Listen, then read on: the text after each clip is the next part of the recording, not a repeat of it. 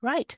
So how about we just do a go round and introduce ourselves, and then we'll kick the session off. So I might just go round as I'm seeing people in my screen. So Anne, you're in my top left.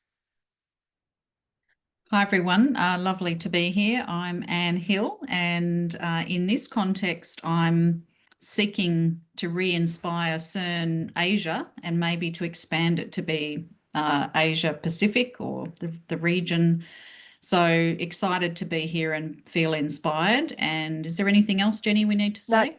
that's perfect. And I realised I didn't say what you needed to say, which is who you are and your CERN connection. That's particularly in terms of CERN groups. So that's great. Thanks, Anne. Prior. I am Prior, and I'm currently in the Philippines, but I'm still based with Institute for Culture and Society at Western Sydney.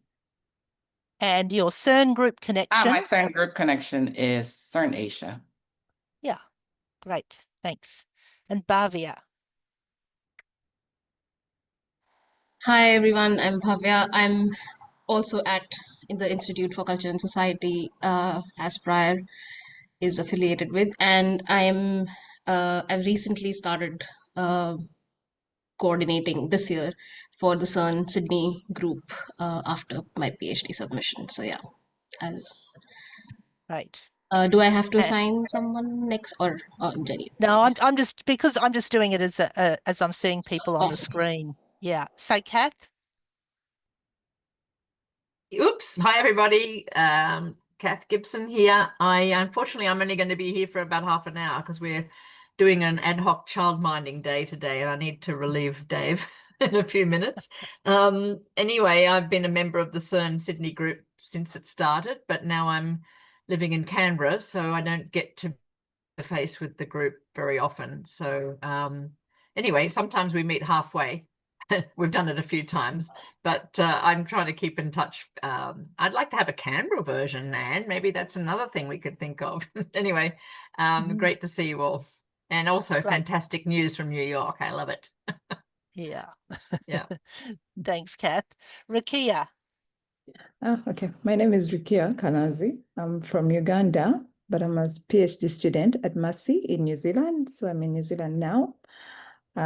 Kelly is my supervisor, and she recommended that I attend these sessions as I'm just getting into the research field. Yeah, my work is from community development, and yeah, happy to be here. That's fantastic, Rukia, and it's great to see you again, having seen you last night as well. Yeah. Yeah. Christian. Hello, I'm Christian. I am in Seattle in the United States, Coast Salish land. My connection to the CERN groups, CERN North America, and I'm also on the CEI working group Communities of Practice that has some intersections with what the regional groups are doing. Yeah, great. Thanks, Christian, and thanks for filling in for Anna this morning and coming back this afternoon. My pleasure. I wouldn't do that for just any group. And Molly. Oh, kia ora koutou. Hi, everyone. I'm Molly. I'm in Aotearoa as well. Rukia, I'm in Auckland at Waipapa Taumatarau University of Auckland.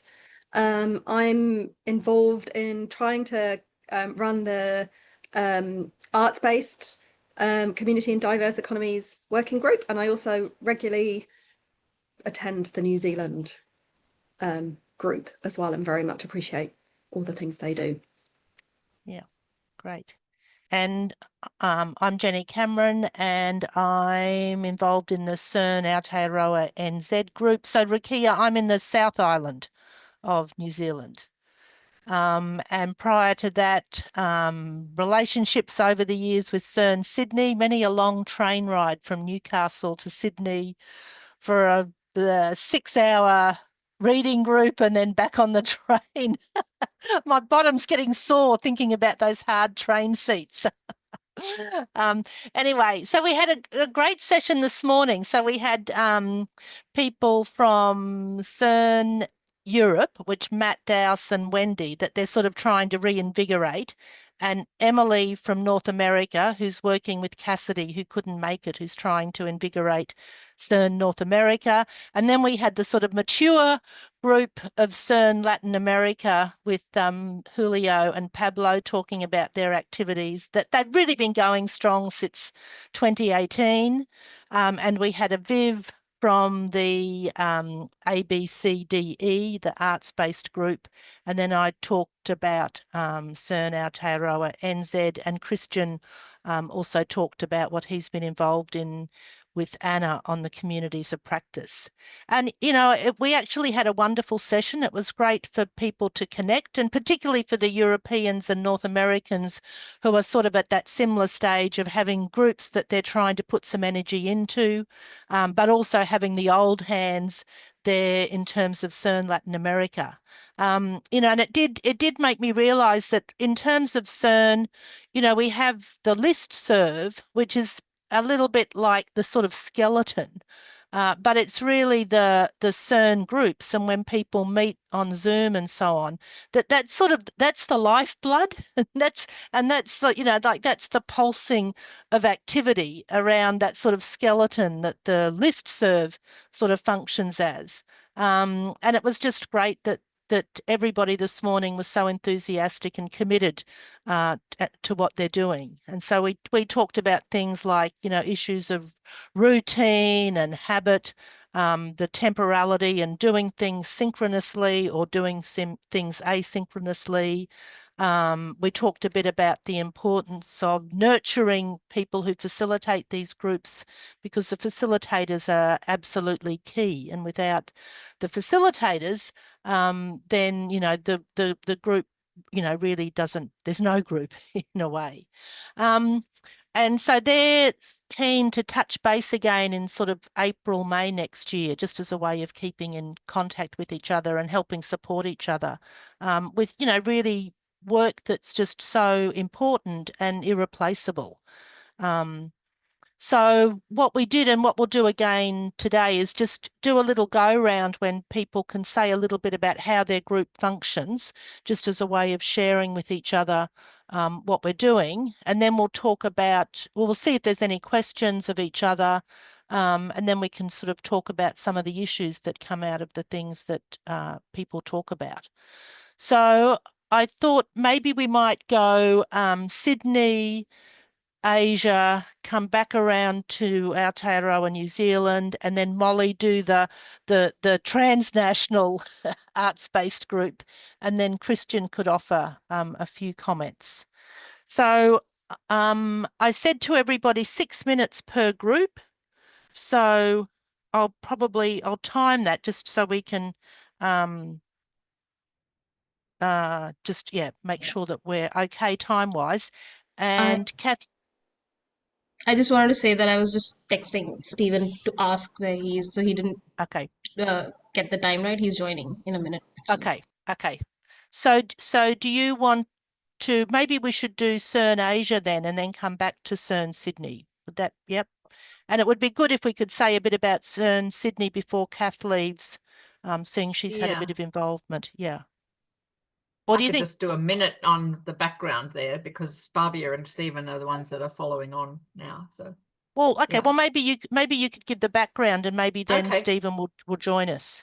Yeah. Yeah. I mean, I think, I don't know, in a way, the meetings, the reading group meetings, grew out of the kind of reading group meetings that I think Julie used to hold with her graduate students years ago in Massachusetts. But when in Sydney, I think once I moved back to Sydney, we started meeting regularly every month at my house. So it was very much a face-to-face meeting of graduate students and faculty members who are interested in this kind of work. And it was always a whole day. We would meet at 10 o'clock, go around, have an hour of catching up, and then we'd usually read one article or a piece of writing before lunch, and then everyone would bring food and we'd share a lovely lunch together and do another reading afterwards and leave by 3. So it was very sociable and I think very nourishing for lots of people.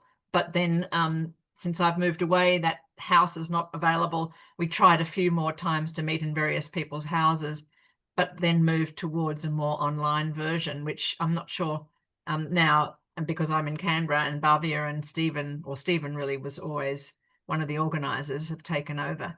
So it's yeah, changed its format somewhat, but I think the face-to-face was really wonderful. People really loved, I think, that time together. It's a pity we can't do it in more contexts, but where there is a context to do it, I really urge people to try and get together and have that face-to-face. But you know, it's as COVID taught us, we can do it without doing that too. So I think that's been a good lesson. It's just, it really, I miss the face-to-face. Yeah. And Kath, I mean, don't forget, when you were at Monash, there was the reading group yeah. in St Kilda. That's true. In And again, it was Tui's mainly graduate students of mine, and we would meet, I think, probably once a month for reading in a lovely cafe.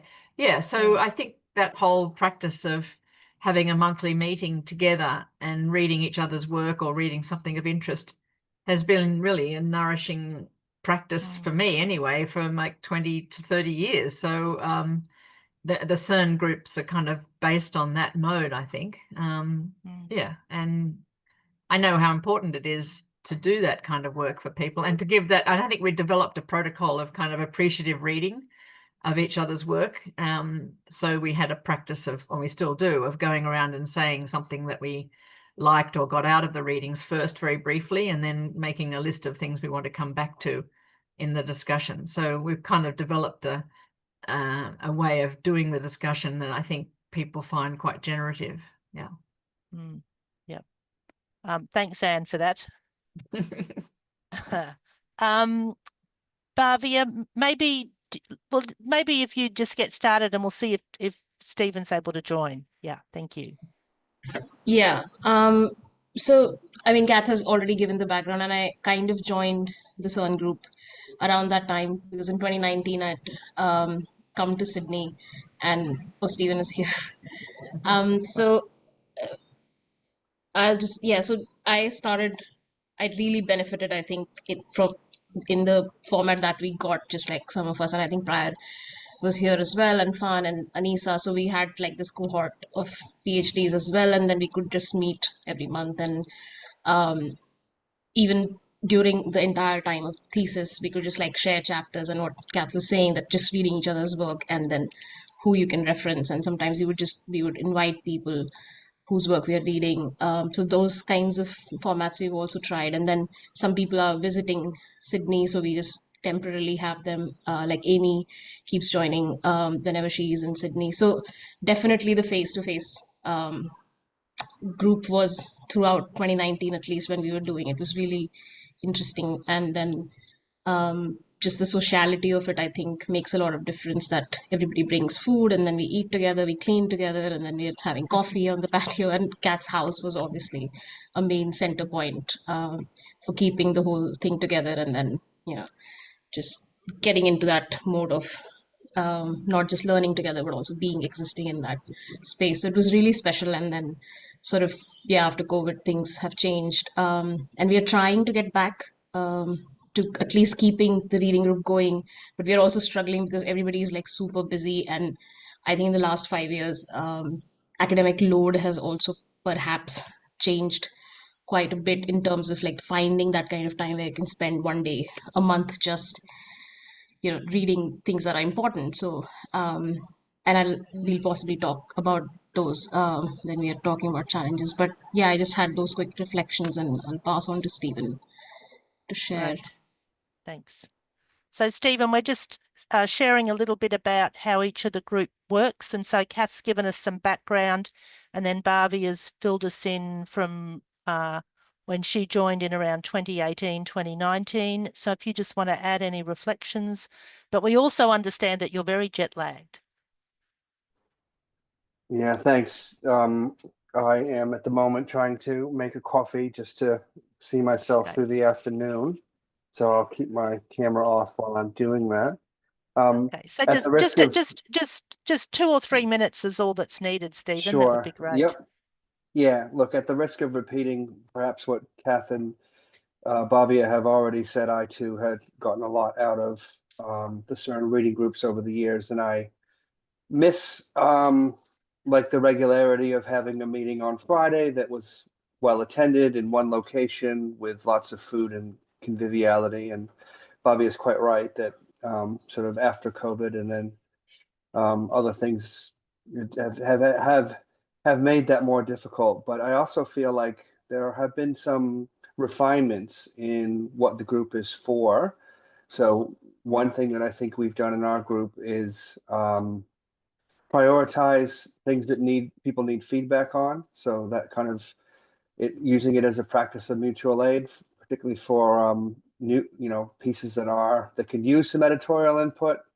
And I think one thing I really appreciate about it is that both graduate students and early career researchers and people at all career stages have taken advantage of that. And I think it's very illuminating for people just starting out to realize that folks who are well established in their writing career still need that help and support, which makes knowledge production or reminds us that it's a collective effort, and that ideas are social products that we arrive at in conversation with others. And that, to me, like CERN reading groups, more than any other space I've ever been in, have really underscored the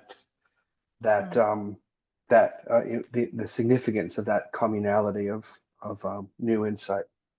So yeah, I think we've done a pretty good job this year in being consistent with having meetings every month, but they're now hybrid, and it's also exciting to see other folks joining just recently. So that's been really nice. Great. That's fantastic. Thanks for that, Stephen.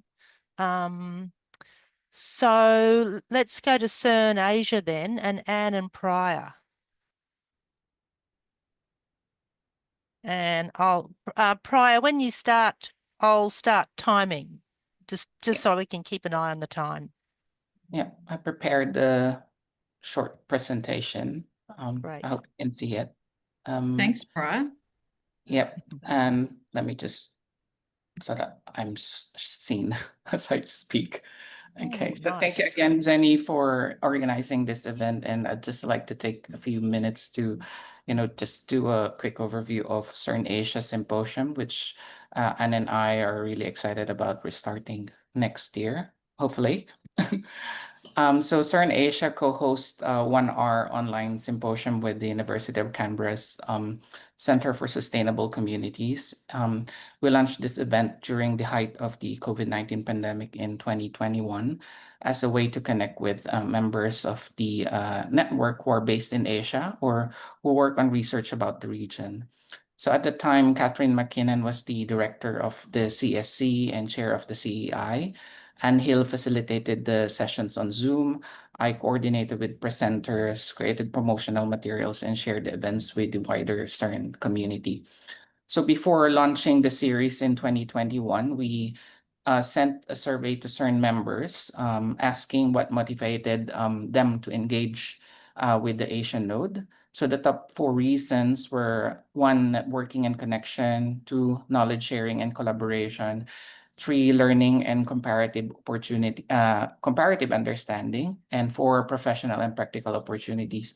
So these motivations continue to guide how we design the symposium as a space for connection, collaboration, and learning. But I think mainly the first 2 are the ones that are being touched by the symposium.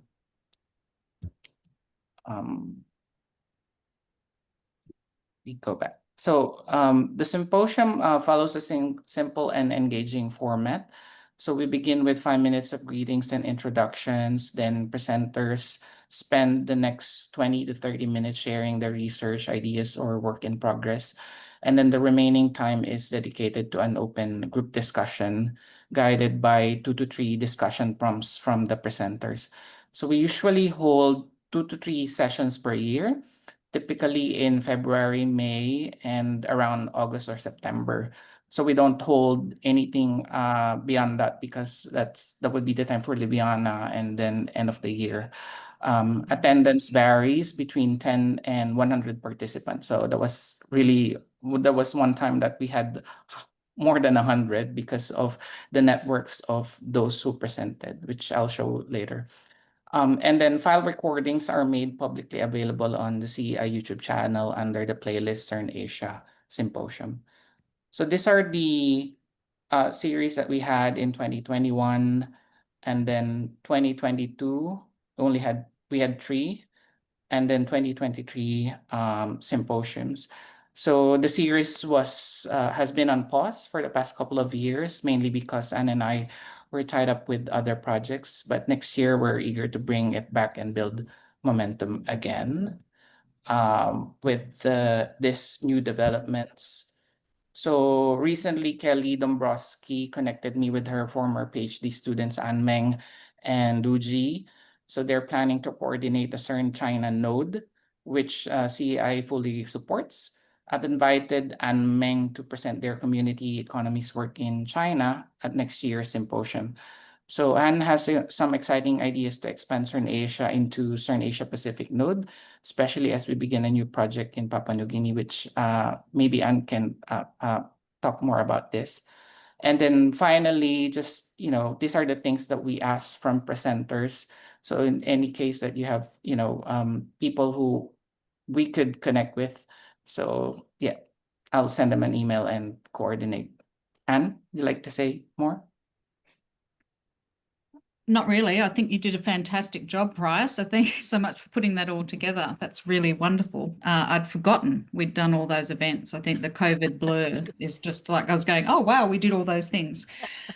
So that's really great. I think the only thing I would say is taking the listening and learning from Sydney, I'm a bit curious about how we could make the CERN Asia or expanded version, if it becomes Asia Pacific, group also able to kind of offer that rich feedback about other people's writing. And I know, as I've got, 8 different PhD students at the moment, I'm struggling a little bit with that sense of reading and giving feedback and readings, and then trying to bring that together with the CERN Asia format that we currently have, which is kind of more outward facing events where there's rich discussion, but it doesn't provide the kind of reading and rich reflection on work that Kath and Bhavya were outlining in terms of the history of the Sydney CERN group, which I also benefited from greatly in past years. So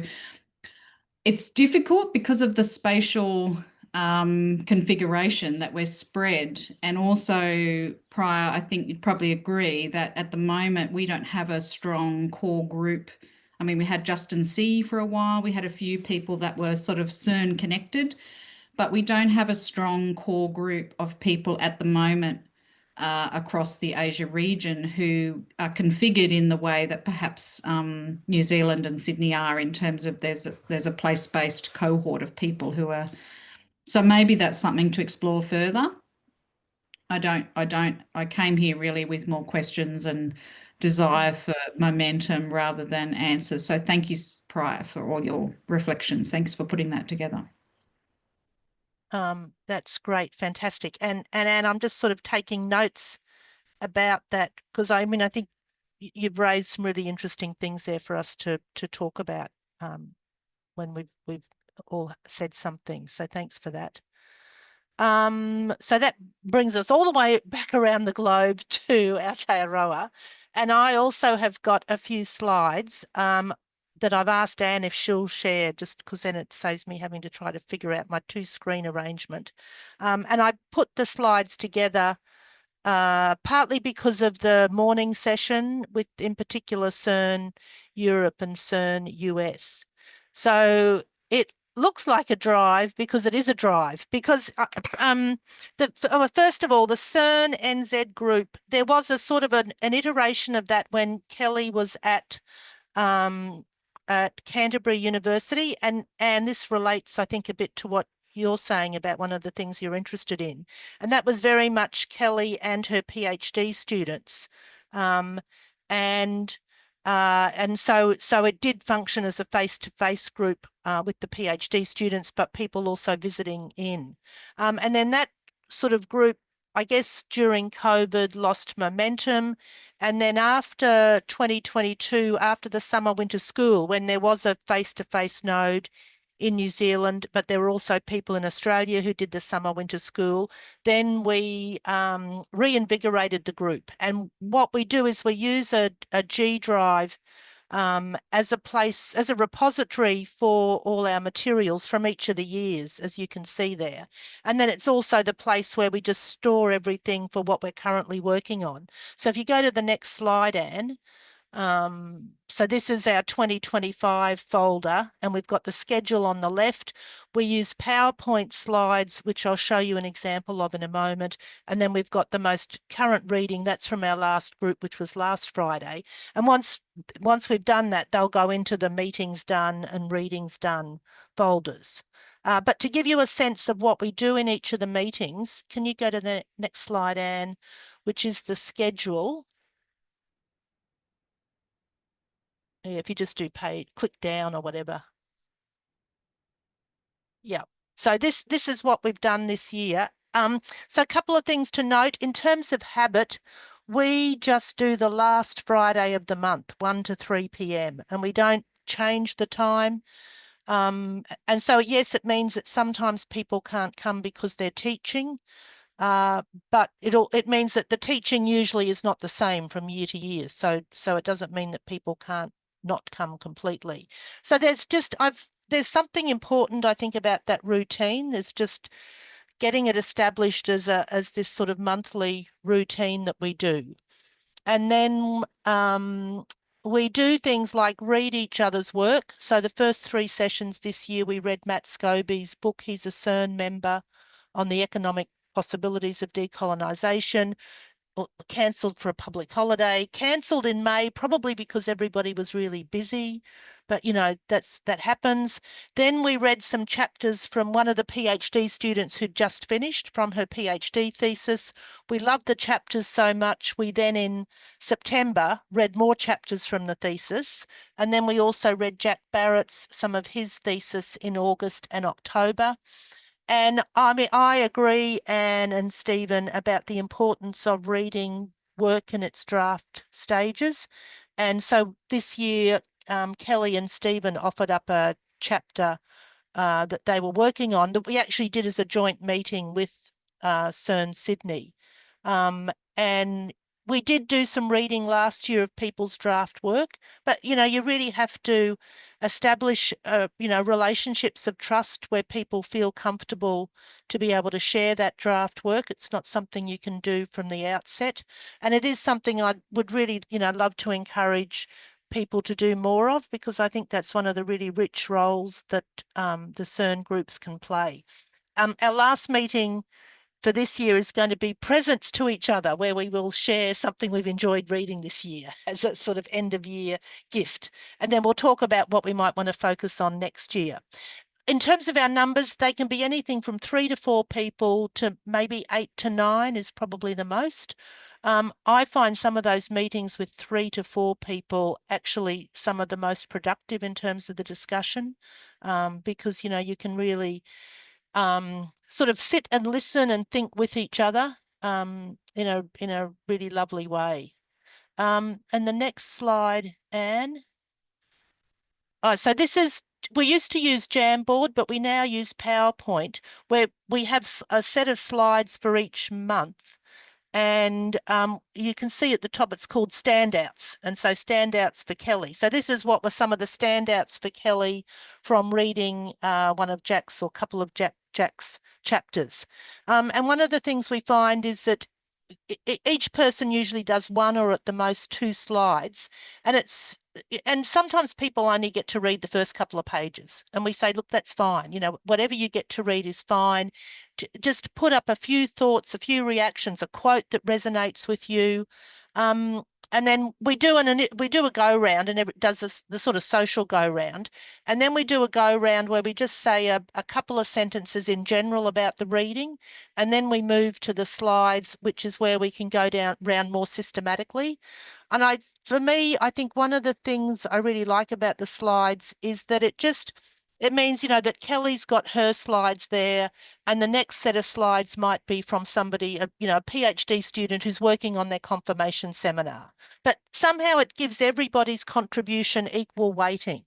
And usually Kelly and I try to put our slides towards the end, or if people put their slides after ours, we'll start at the end, so that we're not sort of, setting ourselves up as being the expert voices in the group, but trying to see everybody's contribution as having equal value.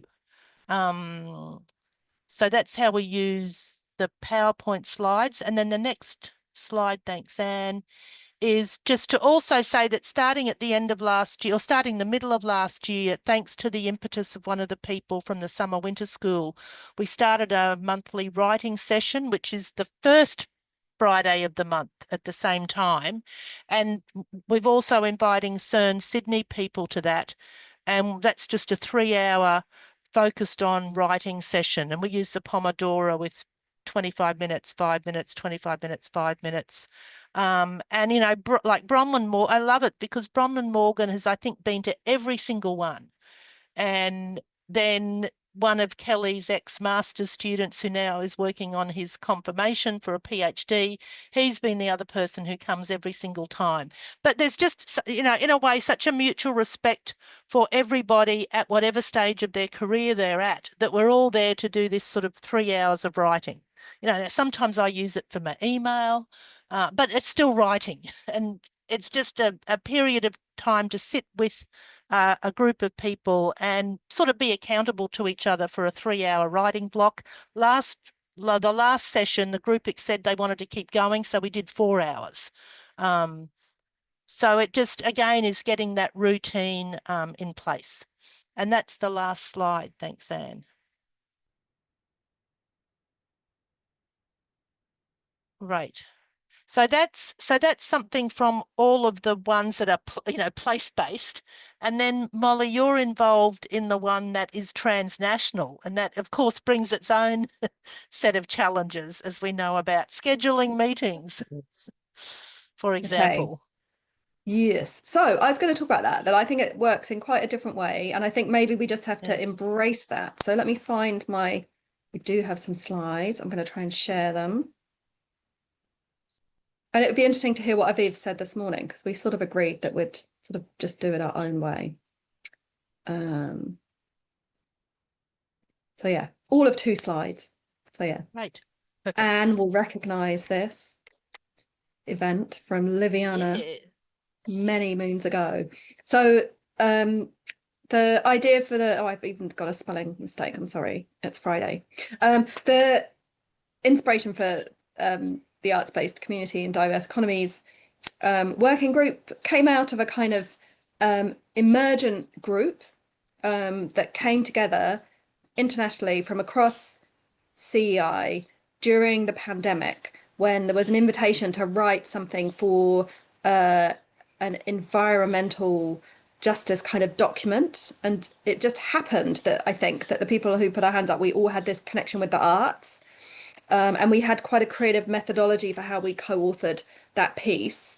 And then that formed the basis of a session that we ran together at what I think was the first Liviana, which is what's pictured here, which was sort of inviting other people in to kind of experiment with some of the methodologies that we'd used to kind of get to know each other and build a relationship and co-author.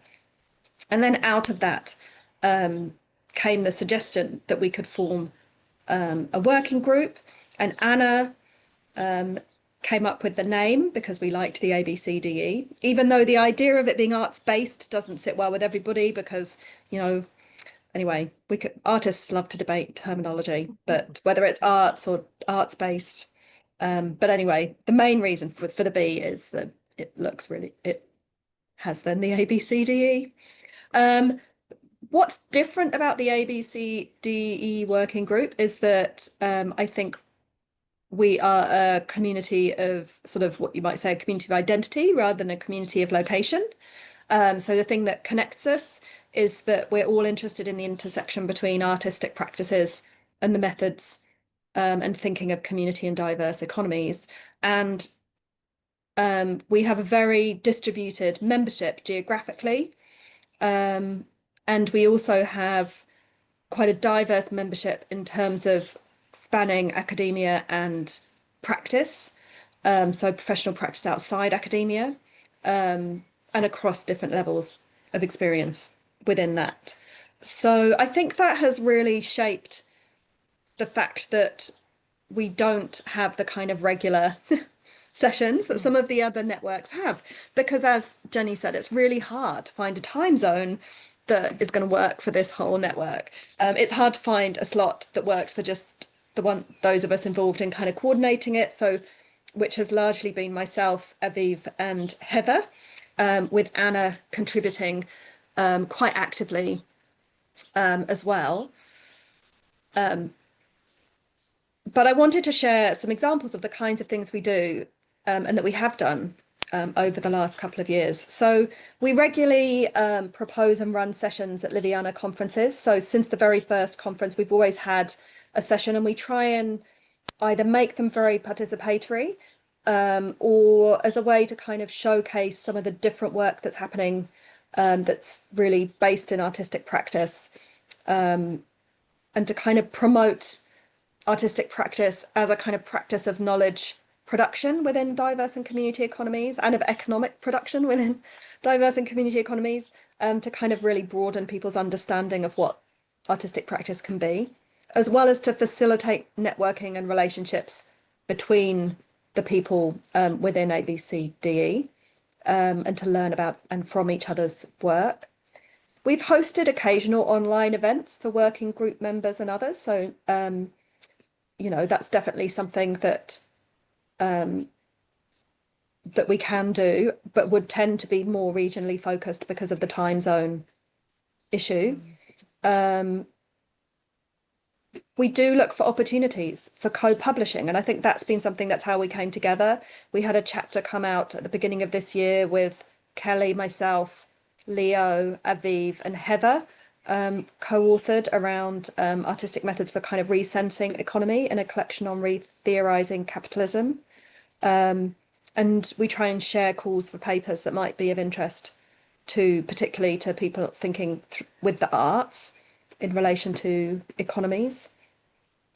We try and ideate collaborative projects, and we did go for some funding. We went for some New Zealand funding, which we didn't get, but it was quite a good opportunity to really focus on what it would be that we'd like to do together, which was mainly be in the same space, which is really expensive and hard when people don't want to fly. And anyway, so we did come up with a project which would involve some people coming here, some people meeting in Europe, and trying to come up with a kind of way of articulating what it is that we're doing and how to disseminate that through kind of artistic practice as well as more traditional publications. And also to really think with diverse and community economies about how it is that the arts contribute to economic well-being, and think differently about that to the kind of capitalocentric ways and that it tends to get framed in policy. One of the things that I think has emerged fairly organically from this network is the provision of peer-to-peer support through group members. So I think if you're in the arts and you're thinking about diverse and community economies, or you're really involved in working in community economies, you're kind of a bit of an oddbod.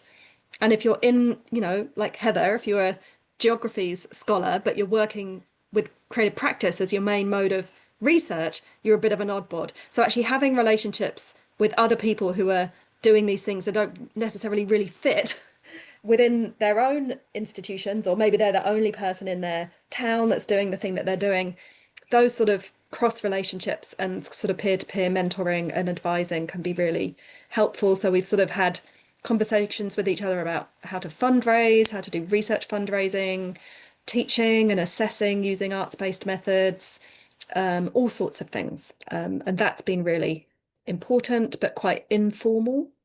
We might think about how we can make that more available. And then at the moment, it was Aviv's idea, and he's really pushing this forward, to produce a series of video interviews for the CERN YouTube channel. And I think 2 of those interviews are happening within Liviana. Aviv's interviewing Anna, and Heather's interviewing June, about their art practice and how it intersects with ideas of economies. I'm then going to interview Sophie Jerram, who's an artist and curator here in Aotearoa, who does a lot of work with conceptions of the commons. So we're going to kind of build up a resource of interviews of what this kind of work can look like, and to bring some different voices in from CERN and beyond. Yeah, and then I think we really welcome ideas. I think, yeah, as we've had a few chats with Anna and Christian about some of the things that have hampered maybe slightly more coherent activity within the network, to do with things people have mentioned already, which is everyone's spread quite thinly in their own work, but also I think because we've got this kind of spread across people in paid academic roles and people in sort of other kinds of remunerated artistic or practice roles, I think that's become a bit of an obstacle. So that, certainly within the arts, and I know within other areas, people are very sensitive to not working when it's not remunerated. And I think it depends on how people see the activities of this working group, whether it would be the kind of work that they'd expect to be remunerated for, but it's certainly become a bit of an obstacle to really fully engaging people, I think. Yeah. Yeah, that's great. And that just brings, a whole different perspective, Molly, which is great in terms of both the geographic spread, but also the spread of people in various working or non-working situations as well. So thanks for that. So Christian, you're going to make some observations from the work that you have been doing, and Kath's got to leave, so she's gone. So there you are. It was a quick wave goodbye. Yeah. Yes. So I'll just say a little bit about what we're doing. I think we're an even more oddball group in that there are just two of us, and we're really like a working group that's a subgroup of the Community Economies Institute. So the working group is called Communities of Practice. It is Ana Inez Jerez and myself. And I only joined like a year ago. My understanding is that some previous iterations of the group were actually responsible for organizing the original Liviana, and that was a big part of what the working group originally did, as well as having some exchange with the regional groups and the place-based groups, and kind of thinking about what was going on there. But since those two things have kind of found other people who are holding them up in different ways, our working group has shifted to increasingly think about the kinds of communities of practice within the network more broadly. So sort of taking a little bit more of a meta view and thinking about, we're kind of thinking about it in terms of a couple different things. So first off, you have the people in, the community economies network who have a tremendous amount of knowledge themselves about how to build and maintain relationships, as evidenced by all the things you all just described in terms of what you're doing. So one of the things we've been thinking about is just learning from the different people who are within the network about the kinds of practices that they are undertaking, and particularly the ways that they build and maintain relationships and think about sort of doing this work in a way that's generative across difference, and it is sort of connecting different kinds of diverse ideas and doing the work of diverse economies. So we think about that as like inner space. And then we have this idea of outer space, which is that like a lot of people in the network are actually connected to, I'm trying to remember what they called them in the session this morning. CE adjacent. Yeah, community economies adjacent people. So people who might not be in the network and maybe even actually don't know community economies theory, but are like thinking about a lot of the same things. So we think about this as outer space, and we've been kind of trying to think about how all the people in the network have these other relationships that are so much more capacious, and how you think about building and maintaining those kinds of relationships and what we can learn about those kinds of practices. So within that, we're kind of taking a meta approach, and we're doing a study kind of trying to think about questions like, how are people negotiating uneven relationships of power? How are they really negotiating change and flux? How are they sort of navigating conflict? How are they collaborating around outcomes that may not necessarily be known in advance, that may be different than like academic outcomes? How does everybody come together to get, something that feels like it's not extractive for the, the people who maybe scholars are trying to build relationships with? How do we think about activism? So we're thinking about it as, on the one hand, an inventory that's sort of taking stock of the practices that are taking place. And then on the other hand, like, I'm going to call it almost like a little bit of an analytic, because everybody's doing something kind of different in the places they are. And that in that practicing within difference, there is like a kind of analysis that all the local groups are doing in a way that you can almost read not just structure, but also possibility and opportunities for organizing and community economic development and things like that in the different ways that different people are negotiating these relationships in different places. So at this point, we're gathering information. If this is interesting to you, we'd love to talk to you. And we're trying to think about like ways of sharing this knowledge that would be useful to people, not just in the network, but our adjacent folks. Yeah, so excited to be in the conversation and appreciate all the work you all are doing and the opportunity to learn from you all and think with you. Great, fantastic. That's great contribution, Christian. Thank you. So I'm thinking that I've got some sort of themes that I'm picking up, but I'm thinking that we need to stand up and stretch for 2 minutes. Yes. And then let's come back and let's see if people have got specific questions of each other that we can answer. And then let's maybe, have a think about some of the themes that we might just talk about together. So is everyone okay to stand up and stretch, move around, wiggle, etc. for 2 minutes? Yeah, great. And you can leave your camera on or off. Everyone's going. That's great to have all those activities actually dot pointed and listed out. It's like so important. It was good. Isn't it? When I did the slide, I was like, wow, we do stuff, even if we don't Yeah. do the, Yeah, no, and you can't do a regular thing like the other groups. It's just not. No. It's not feasible. No. Did you see Aviv? Was he there this morning? He was, yes, and now he talked mainly about the group being active during Liviana. So that was his emphasis, and he talked a little bit about the interviews that Yeah, I think it would be good I've just had such great conversations whenever I've connected with people in the network. It's just so valuable. And so I think looking for these sort of, like I said, informal kind of peer-to-peer things that might be something to think about. Yeah. Hi, Stephen. Yeah.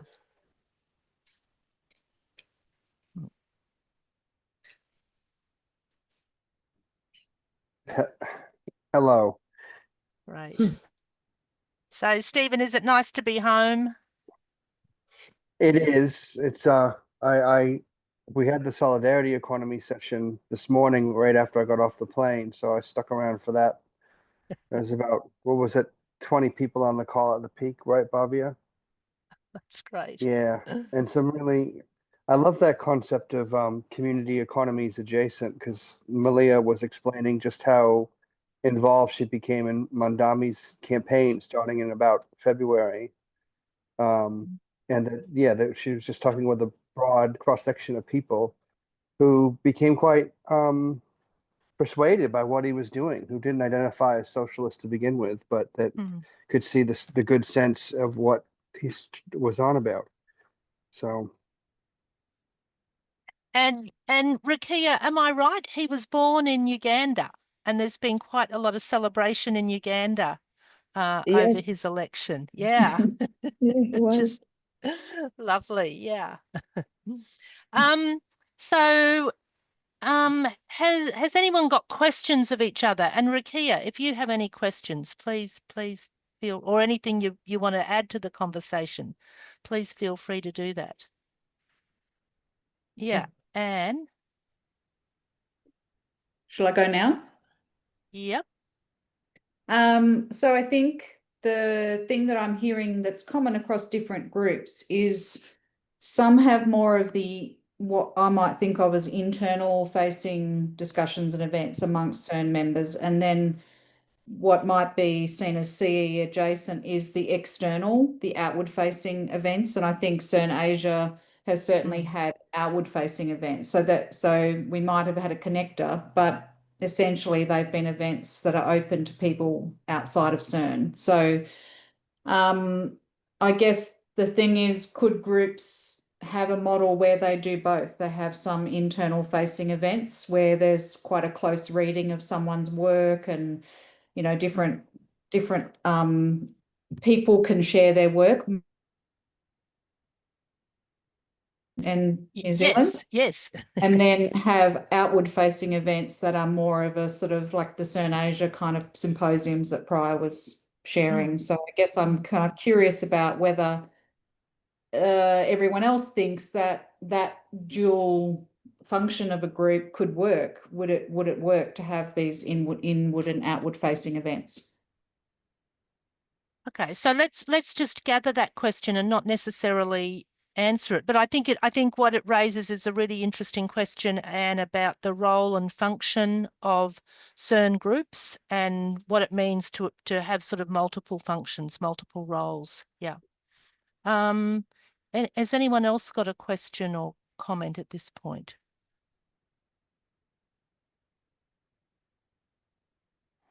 Well, I mean, I think. Go for it. Go ahead, Bob. Yeah.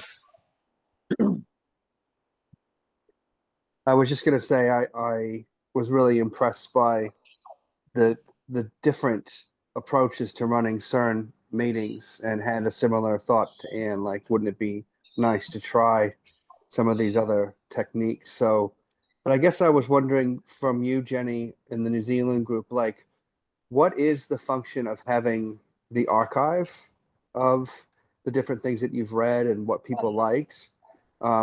And I guess I asked that question from the perspective of wondering what else could be done with it. Maybe nothing needs to be done with it, other than just we can look back and say, that's what we've done. I mean, I just have a file where I just chuck everything in that we've read over the years, but that's just for me. That the way that it's shared by the group is interesting to me. And then likewise, I can't tell you how many times we've had a really deep discussion in CERN and thinking of, you know, there should be some kind of group output from that. And so I'm just wondering, like, how to take the leap to do what Molly, what your group has done, and to actually write something up, and wondering what, I guess the barrier is that, like, group publications like the one you described, they're quite involved, and they're a lot of coordination, a lot of editing. But I wonder if there's like a more obtainable goal, like, you know, could we have a proceedings that from a really productive CERN reading group that found its way onto the diverse economies, onto the website, for example? I don't know. Yep. No, that's great. So that idea of the group outputs again relates to the question of the role and function and the multiple roles that the groups might play. I think the archive one could be dealt with fairly quickly, I think. So, and I would really appreciate it, Molly, if you added something here too as a participant in CERN Aotearoa. So it's the intention is not as an archive. The intention is that's just where we put the readings so people can access them. So everybody's got access to the G drive, and everybody's got editorial access to the G drive. And then it's just the way we've organized it means that we then do have that archive of material that sits there that anybody who, you know, can access. And I mean, I haven't been back and looked at it, but it's more just, it's a way of, but here's, instead of emailing the readings to people, here's if you go into the folder, the readings there, the PowerPoint's there if you want to add a few comments in the PowerPoint for when we get to the discussion. And also it's a place where the schedule always is. But I mean, whether you have found that, you know, what's your experience of using that, Molly? If you've got anything. Yeah, so I think having a central repository, well, I'm very familiar with it from doing the summer school as well. So that kind of, you know, knowing that how that works for summer school and it works for the CERN Aotearoa group.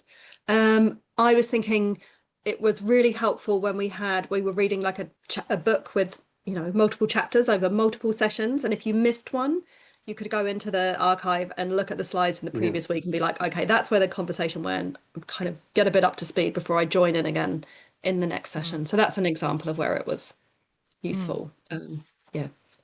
Yeah. Yeah, and I used it at the last one where we read Jack's thesis, and I was like, oh, we read the introduction. What did I think of the introduction? I went back and looked at what I wrote to remind me of prior. This is a different challenge, I think, but I'd like to pick up on what Molly mentioned earlier about volunteer time and remunerated kind of contribution. I think that kind of concern kind of informed how we've practiced CERN Asia, particularly personally around my own circumstance. The frequency isn't really that regular as compared to other groups that are held whose events are held monthly. Ours are quarterly because I don't have a paid role where I can really devote a lot of time thinking about doing these things. That's why, the frequency is just really just 2 to 3 times a year. But if I would have a role, permanent role elsewhere, I mean that the frequency could be more, and less volunteer time, but more of an actual job that I could do extended into CERN, to CEI or CERN Asia. Yeah, and interestingly, Anna Krasneski was at the morning session, and she asked, how long does it take, the sort of coordination role? And CERN Latin America said a few things, but they are actually doing a bunch of stuff, and that's partly because a number of them are working physically in the same space. But I said, for me, I think it takes about 2 to 3 hours a month. And I think Julia agreed that if it was just if you're just thinking about the monthly meetings, she thought that was probably ballpark for what she's doing. But what I said is you're thinking about it, like you're thinking, oh, I must get that email out to remind people, or I must chase Jack up and make sure Jack sends me his thesis so I can put it up on the G drive. So there's a sort of time that you sit in front of the computer, but there's always got to be space in the brain for just thinking about, I need to get onto that. And I did say this morning, that's one of the great things about having a really established routine is, I know about the middle of the month, I need to start thinking about CERN and what we're doing at the end of the month.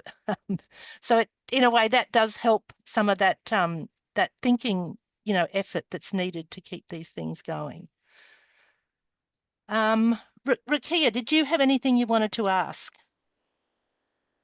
No, nothing at the moment. Okay, that's great.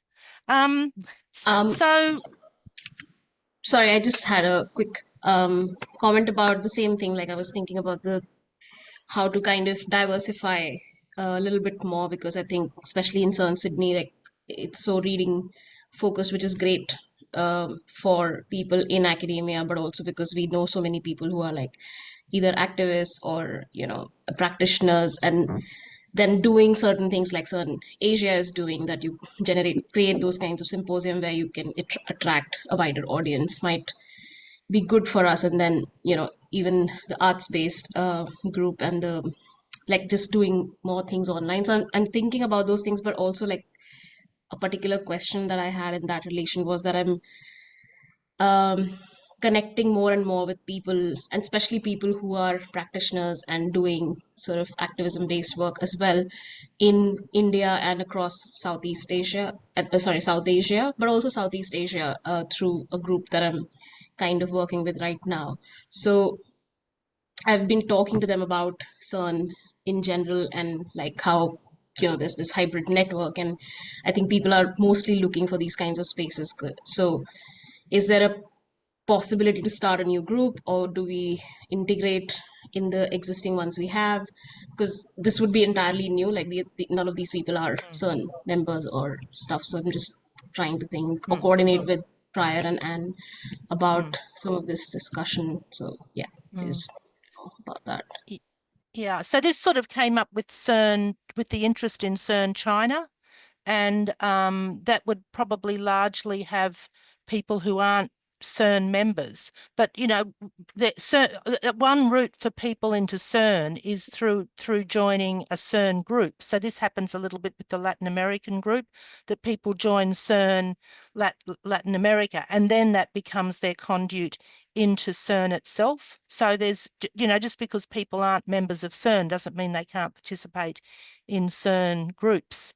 And the other thing that I think relates to what you're asking, Bhavya, is in talking to Kelly about the interest in CERN China, in a way it's sort of instrumental, because the people there are quite geographically dispersed across China, and working on CERN China will help them establish basically a track record to be able to apply for grant funding and so on. So, and that's where I think the CERN, each CERN group has to find a function that works for it, and that, enables it to do the work that's relevant to that context.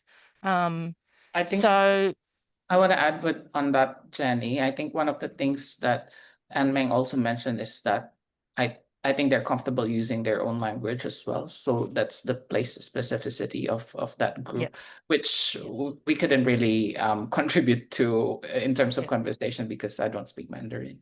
But that's when that conversation, I think the translated version that they could share with us, that could be gathered when we gather people as a CERN Asia event. That's when the conversation between China and Asia could happen. And I think that could also happen, I guess, with what you're planning to do, Bhavya, with your group in South Asia. I mean, can I just add to that? Because I just hosted an event with 30 educators in China, and we spoke across Chinese and English very effectively on Zoom. We had a couple of postgraduate students who were translating in the chat. So I think AI helps a bit too, with kind of being able to do direct translation. So we weren't having to repeat everything. And the people participating in China were so engaged, like they basically took charge of presenting so much rich work that they were doing. The Australian contingent was much less. So it blew me away in terms of the activism and the passion for work and eagerness to share across our region. So I am hesitant to say we should sort of silo ourselves. I feel like it could be potential richness for that China group, and any work, Bhavya, in India, and work in Papua New Guinea, where we'll have a large number of Papua New Guineans who want to engage with community economies work through this new project that Prior and Kat and I will be involved in. And I would hate to see us use language or cultural difference as a divide, because actually what we want to be doing is learning from each other across our diversity. And so I'd really be keen to see ways in which we can align those rather than sort of silo them. Yeah. That's great. Thanks for that, Anne. I mean, I guess I like what Christian and Anna have been working on with the idea of inner space and outer space, because it does seem, in terms of functions, that one of the core roles that the CERN groups play, even internal to each CERN group, is that sort of role of nurturing and supporting each other. And it seems like that's a really core function, because it is, in a way, it's our community. It's like our inner community, which is not to say we don't want to have conversations with the CE adjacent people and the sort of outer space. But there's what a number of people have raised is the issue of, Anne, you mentioned about feeling like there's not a core group, and just Bhavya, you mentioned about the sort of time that this takes, and people are already in overload. And so, I think we just have to be careful that if we're doing the inner work, then what does that mean for our energy and our capacity when we start doing more of the outer work? And it does make me wonder if a lot of that outer work can be done through events like Liviana. So I'm just thinking that last year we had the event that was Community Economies Institute meets People Powered with Josh Lerner, who had been using some of the diverse economies work to talk about diverse democracies. And so that was a conversation between those two groups. So, you know, whether it, and it could be that a CERN group can still organise something like that, but you know, to what extent do you want to, it could almost contaminate, it's not the right word, but contaminate the inner space time with the outer space activities. Now, and you know, there's not a right answer to this. I'm thinking that Tom Smith, when he was organising CERN Europe, they had a filmmaker from New York present a film, and that was so they did a little bit of that, you know, talking with people outside of CERN as part of their monthly CERN meetings. But anyway, that's just, you know, one observation I have about we're already stretched and we want the inner space, the nurturing space, but, you know, we then have to be careful of if we do the outer space work, what does that mean? Can I add something to that, Jenny? Yeah. At the risk of talking too much. I think, you know, as you often talk about with writing, it's the audience who is your audience. And I do think that the kind of conversations you have with people who are in the middle of their writing, like a PhD student, say, taking the examples from CERN Sydney that I recall, it does require a close-knit group and it does require careful attention. And to some extent, you have ongoing relationships with those people. So that kind of is part of capacity to make yourself vulnerable with your writing. So I think it's a really different relationship space that you have to having a big outward facing event. So I don't know whether it necessarily needs to just happen in Liviana, but I just think the intention and the relationships that you're crafting and the target audience for the events is just very different. Yeah. But I mean, this is where I can imagine, for example, you know, a sort of CERN Asia Pacific, like a number of CERN groups getting together and holding some session, for example, you know, because we're relatively close that it could work time wise, and then it's not the inner group, but it is more connecting with the others in our region and also CE adjacent groups in the region, for example. But, you know, somebody's got to organise it and think about it and send the emails and so on. I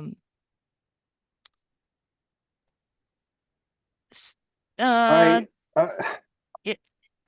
I don't know if there's a stack or not. I haven't really been paying attention. No, it's great. It's great. Go, Stephen. Well, I was just thinking, like, one thing practically that I heard from Priya that I think, Bhavya, we should take to heart is that there are certain times a year where you just can't have a CERN meeting, which would be the summer winter school and Liviana. So there's at least 2 months that are kind of fully occupied. And then in some level, like, it detracts from the Liviana if we have a reading group. But that said, you know, there is someone who's academia adjacent that's been coming to our meetings, and I think this might be our last chance to interact with them, Elle from Melbourne, before they go back to the States. So we may squeeze one in, but that, yeah, I guess when I think about it that way, then really it's and then in kind of December and January are out as well in the Australian calendar. So really it's about 8 meetings a year, which then makes me think a lot more carefully about what the content of those meetings should be. And so, like, one thought I'm having is that in the Climate Ready and Social Housing Project, we have met a lot of people who are doing allied work, like that South Asian Climate Alliance group, for instance. It would be great to organize something to just share ideas with them, or to make connections with sweltering cities. So I wonder if there's a way of kind of like the CERN Asia, have something that's outward facing, but that's more building relationships in relation to areas of inquiry and practice. That's just sort of a thought that's come out of this conversation for me.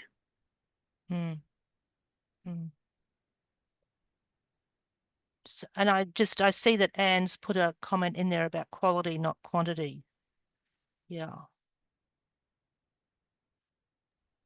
I might just add if I may, that, you know, part of the thinking in the working group is coming from Anna's work in CERN Latin America. And I mean, maybe you know just as much about this as I do, Jenny, or others, but I think there, part of what has happened is that they have a lot of people in their inner group who are doing work with groups that are adjacent. And so in the inner group, they come together and I think they discuss co-strategies for how they think about extending the, the good work of what community economies is all about. And they're working with activists and they're working with indigenous groups, and they think about a lot of questions around translation. So not just language, but also even concepts. One of the things they were thinking about doing was like kind of like a glossary of different vocabulary that they were going to test out with different groups to try and figure out what kinds of terms resonated with people who were adjacent but not necessarily steeped in the theory. And so part of the way Anna describes that is like, you know, there's a set of folks who are like the CERN inner circle who are consolidating the project and are maybe doing a lot of academic work. And then there's like this expansive thing where there's an attempt to connect with activists and organizers and sort of grow things and maybe, you know, shift in interesting, unexpected directions in place in conversation with community. And so they've used their hub as a place to talk about how they do that work of growing. And then I think occasionally they like get everybody together to have like basically a version of an institute where they bring in activists and other folks. So I think they're really trying to think through that, and there's an interesting model there, which is probably how it's seeping into our working group so strongly. And Bhavia, I see your hand up. I've just put into the chat the link. So every CERN group has in the CERN area of the CE website, every CERN group has got an entry, and I just try to update it every year or so by contacting the coordinators and say, what are you doing? You know, let's sort of update it. And again, it does function a bit as an archive, Stephen, but it particularly like with CERN Europe and CERN North America, when you've got, you know, like the, you know, temporal lulls, then people can forget what it's a bit like the institutional memory. But I put the link up to the CERN Latin America because at the end of the 2025, there's a link to their living blog, and that's where they are doing some of that translation work, as I understand it. It's a glossary, which I think might be what you're referring to there, Christian. So one, I don't know, it's probably stored in other places, but we've also got it there on the CERN page, which is what Molly Aviv is keen to do also with the interviews, is that they can be that ABCDE page for the group can also be a place for that. Yeah, and I think that link goes through to that site, Christian. Yeah. I just had one sort of question to put to people, really, which is because of the nature of the distributor group, as we said before, I'm kind of interested if people have got thoughts on how we could like activate the kind of agency of anybody who's a member of that group to kind of organize something, you know, so that, and that could be, does that need to then go through me and Aviv and Heather? Like, do we actually, you know, so if there was a group of people in Europe who wanted to have a conversation about something, they could kind of do that through and put it out to the working group. Yeah, so that sort of slightly more distributed organizing and connecting that might suit the kind of working group we've got. I don't know if anybody's got any thoughts on how we could, whether that's a good idea or how we might make that possible.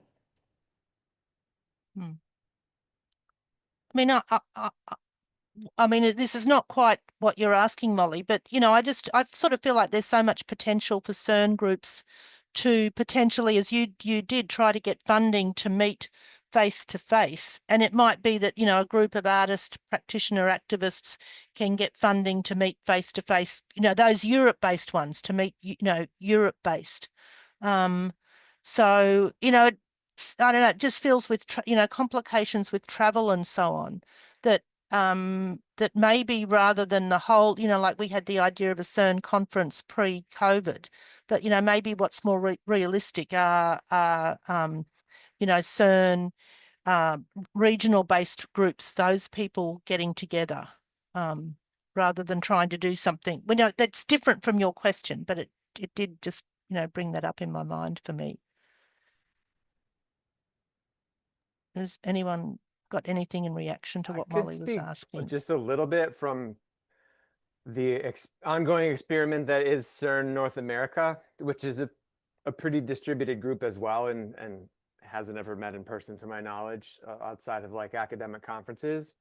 But we did a thing maybe 2 years ago where we tried to have a space where anybody could sign up to kind of talk about anything they wanted. And part of the thing there was like, we felt like people were feeling like a reading was like a barrier to entry, and they felt like they didn't want to show up if they hadn't done their homework, even though we told them they could. So we imagined like a scenario where somebody could sign up and then they could have the first 15, 20 minutes to lay out a series of questions or something they were trying to think through, or, present on a project they were working on.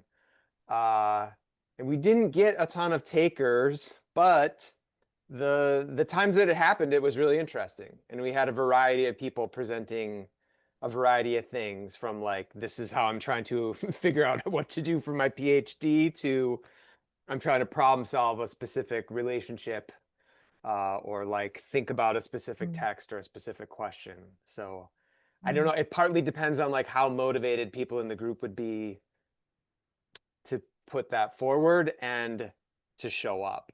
And like Jenny said, some of the best conversations are small. So even if a handful of people showed up, that could be cool. But if nobody shows up, it's a bummer. This is the kind of like comment that I just wanted to make, and reason why I wanted to go after you, Christian. Not like after you, but like speak after you. Because I think that's the ethic that I keep hearing Latin America specifically kind of follows, and I'm friends with a lot of them, so I keep hearing about stuff that's happening. But it kind of looks like that it's more a space that is the group is to coexist together, which is also the point that I was making in the morning session, that we often get very tied down with what the group has to do together. And like Jenny was saying, that if we know everybody's writing, everybody has writing like demands, can we just make some time to do that together? So things are already happening, rather than adding on to more, let's do stuff, more stuff. Can we do stuff together? There's plenty that people already want to do. Can we organize ourselves around things that we are already doing, rather than creating like more stuff? So if somebody wants to do presentations, if somebody's like, let's make time, because I think we don't realize how community energizes us, and how this whole individualistic approach in academia is making us burn out more and more. But if we're doing the same tasks with people, just like even on Zoom, it leaves you more nourished, and it sort of just to have that space to talk. And I think that little bit of like reorientation in how we think of groups and what do we want to do, and take off that pressure of we constantly have to do something together, to just like, yeah, let's just come and share about how the week has been and what our loads are looking like, or I don't have a job right now, or whatever, like those spaces. And then can it can turn into something more some other days. So I think we need a little bit of like this and that, and not just like this. Yeah. Yeah, no, that's a great observation, Barbie. Just what are we already doing? Can we do it a little bit more together? Yeah. We've got just a few minutes left. I just wonder if there's anything about the work of facilitation and coordination that anybody wants to, because Prior has mentioned that, and whether anybody wants to add to that or have some reflections on that.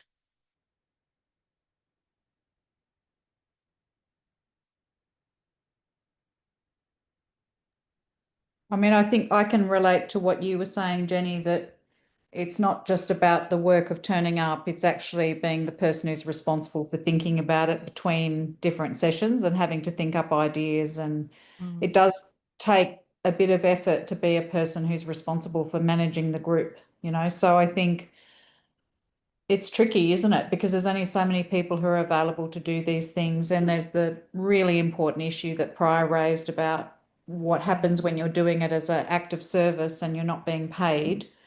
And it's not part of your paid job to service and engage in, you know, networks like that. So I don't know whether I have an answer at the moment. I know I feel like I'm at capacity with my workload, so I'm hugely grateful to share it with Prior. And I think Prior, fortunately, when you have a role as a postdoc, it will blend nicely for us to be able to do some work with the CERN group in our research project. But when you're not in that position, it's tricky, isn't it? Because you're relying on someone to manage it, and it's either someone who's tenured and overloaded with their workload, or it's someone who's not tenured and then doing it as kind of some sort of service role in some shape or form. Yeah.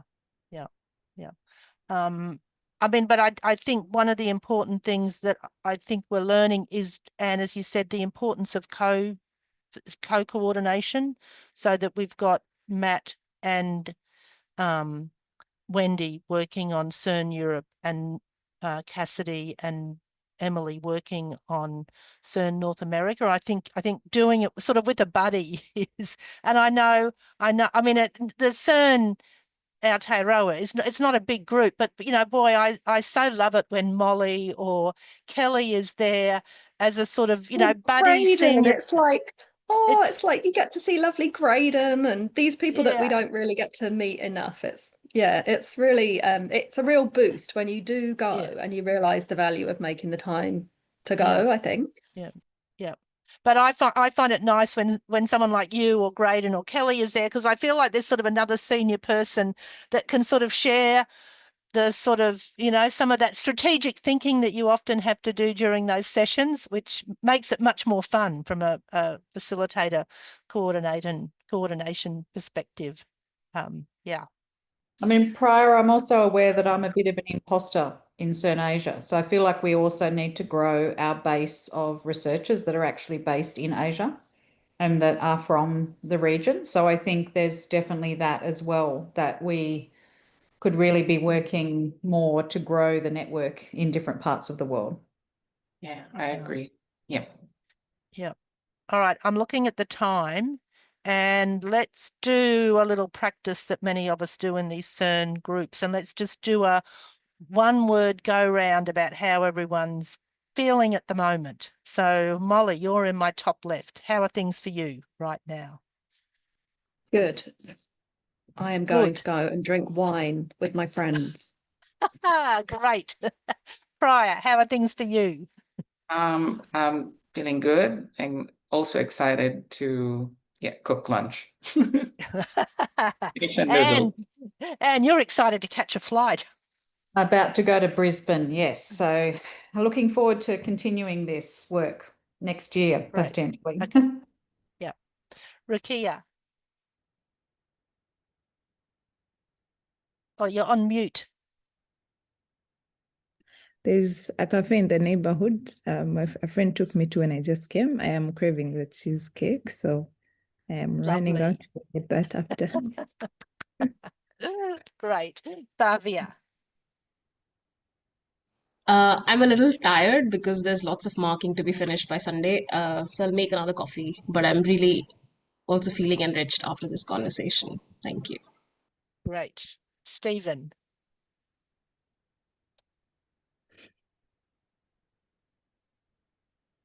You're on mute. Stephen, you're on mute.